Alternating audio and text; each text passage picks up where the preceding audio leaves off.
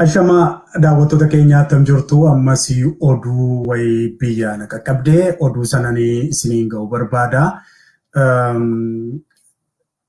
Maddi odeeffannoo koo akka jedhutti biyya keessaa Abiy Ahmed dooktara isaatiin dooktara dhuunfaa isaa kan isa yaaluu ni qaba ture. Dooktarri suni dooktara fayyaati. Humna isaa gararraa akka ta'e waan Abiy Ahmed hojjetu akka ta'etti icita kana baasa.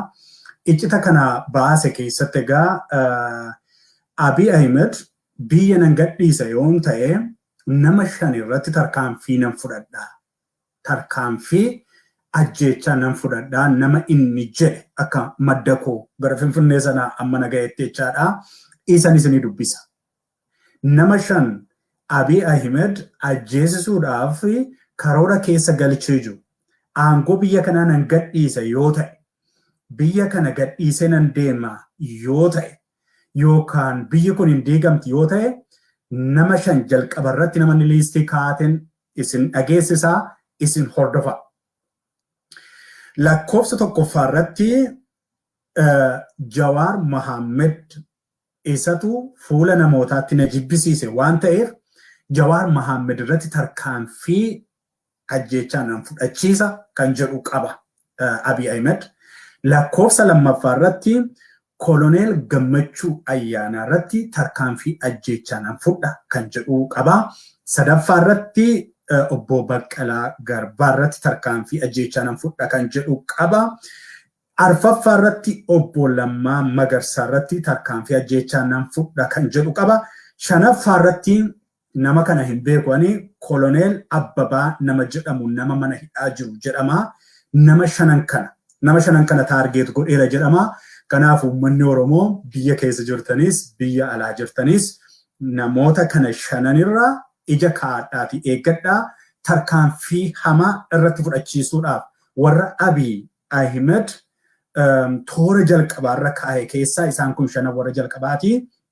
Isaan kun 5 ajjeechaadhaan adabamuudhaaf already masaraa Minilik keessaa murtiin ba'eera. Murtiin kun akka galma hin geenyeef sabni Oromoo lafa jiru bakka jiru ilmaansaa kana 5niif dirmachuu qaba. Hamma ammaatti ani Koloneel Abbabaa nama jedhamu hin beeku. Ani Abbabaa Garasuu nama jedhamu hin beeka. Inni immoo aangoorra jira. Koloneel Abbabaa nama jedhamu sana naa fidaa. Warri beekan maddi koo madda amanamaa biyyarraa madda masaraa mootummaa keessaa baheedha. Shakkii tokko hin qabu.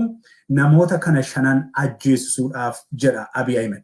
Nan gadhiisa taanaan hamman danda'utti nan lola nan waraana warra Tigrees ta'e warra biyya keessaas Oromoos ta'e nan waraana nan fichisiisa garuu biyya kana galakkiseen deema taanaan garuu kana 5 ajjeeseen deema jedhee akka maraatu ta'eera jedhanii irranis ni deebi'a. Namni inni ajjeesisuudhaaf karoorfate Jawaar Mohammed, Baqqalaa Garbaa, Gammachuu Ayyaanaa, Koloneel Gammachuu Ayyaanaa, obbo Lammaa Magarsaa fi nama Koloneel Abbabaa jedhamu nama mana hidhaa jiru yeroo ammaa kana keessatti namoota kana 5 irratti labsii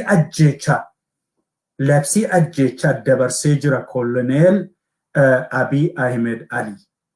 Karoora kana tokkoffaa akka hambisuuf Waaqayyoon kadhadhaa. Kun hojii jallinaati. Hojii maraatuun karoorsituudha waan ta'eef namoonni kun namoota anaan beekamtii koo dhowwatan jedhee nama inni dubbatudha waan ta'eef ammas mee maddarratti na eegaa.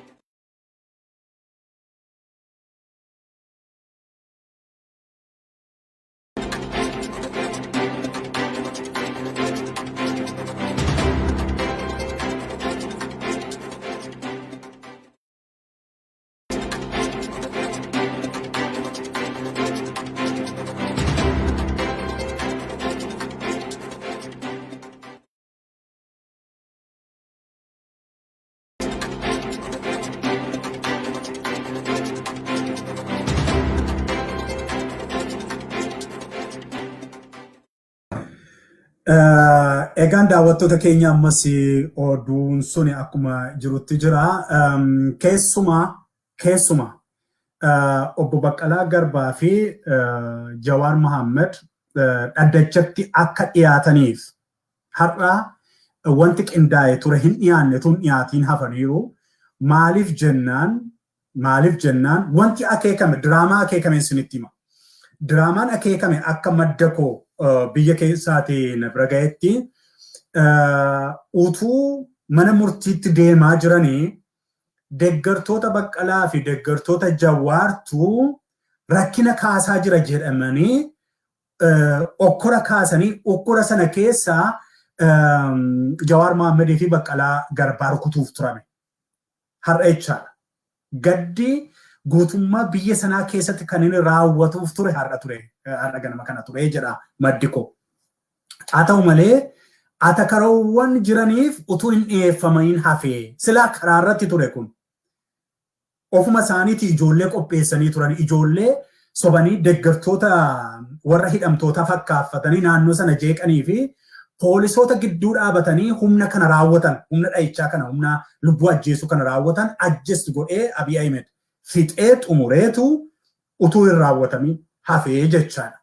Kana Waaqayyotu hambisee argitanii haa ta'u malee ammayyuu probably mana hidhaa isaan keessa jiran akka yaadattu yoo ta'e yeroo darbe waggaa lamaan tokko dura yaadattu yoo ta'e Qilinxoo gubanii miti warri TPLF.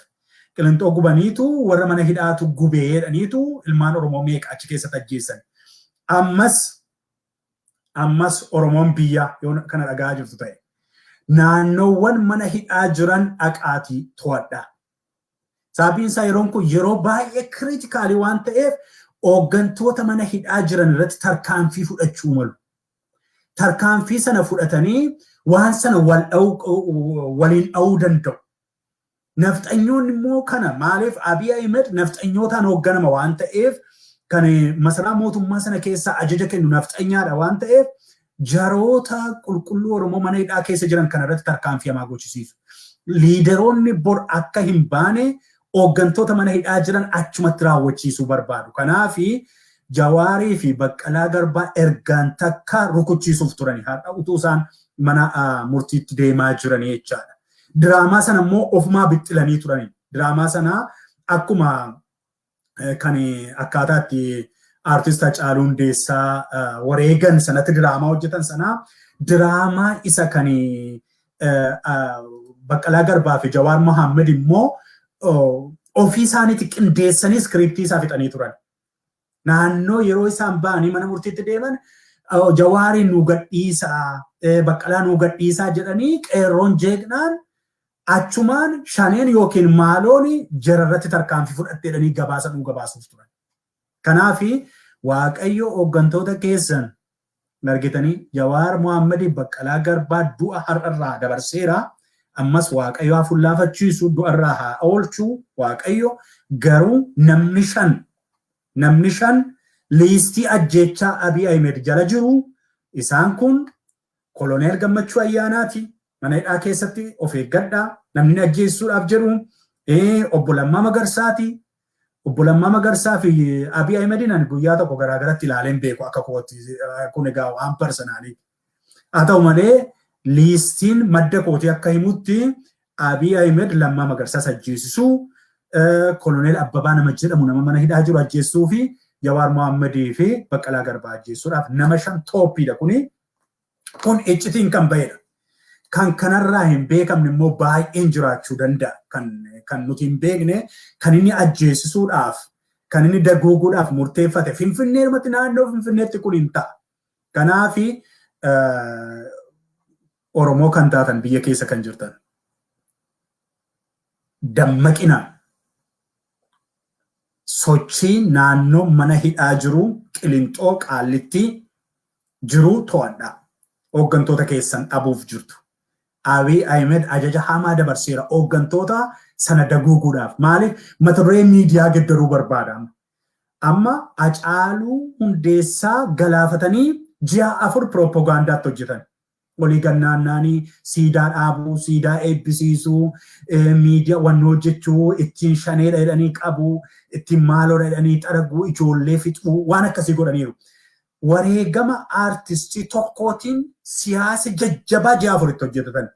Amma immoo warra mana hidhaa jiran ajjeesaniiti anaazar ji'a meeqa ittiin hojii mannee nuu kennisiisuudhaaf jiru. Kanaaf falli maal? Falli isaa si harka jira tokkoof tokkodha. Kana booda qabsoon Oromoo duubatti deebi'uuf hin jiru. Humnaan cabde, jaalalaan kadhaan hin jiru. Waraana kee bira dhaabadhu. Miidiyaan ala kana jirtus miidiyaa sanaa dantaa waraana kee jabeessuudhaaf oolchi. Dantaa of oolchuu, of nyaachisuu, of obaasuu, fandii funaanuu maaloo dhiisaati waraana biyyaa jabeeffachuu, qeerroo biyyaa harka ishee qullaa akka isheen hin duune uleetti bituu kana kanaan gargaaruudha. Kanaaf mootummaan kun already mootummaa kasaara, mootummaa badiitti deemaa jiru waan ta'eef badiisa gurguddaa nu dhageessisuuf jiraata. Lafa jirtanii dammaqaa jechuudhumaa fi egaa kana keekamee ture, hooggantoota kanarratti ajjeechaan keekamee ture. Kun maddi koo, maddi ani dubbadhu kijiba hin qabu. Kijiba fidee ani propagaandaadhaaf asirratti si wajjin hin haasa'u. Waan madda biyyaa argadhe, dhugaa argadhe garuu battalatti dafee kan fideetanii gurra isiniin gaa Waaqayyoo saba keenya bira haa dhaabatu, hooggantoota keenya biras haa dhaabatu Waaqayyoo. Egaa fayyaa ta'aa ammas odeeffannoon argadhu ani fideen isiniin gaa ulfaadhaa fayyaa ta'a.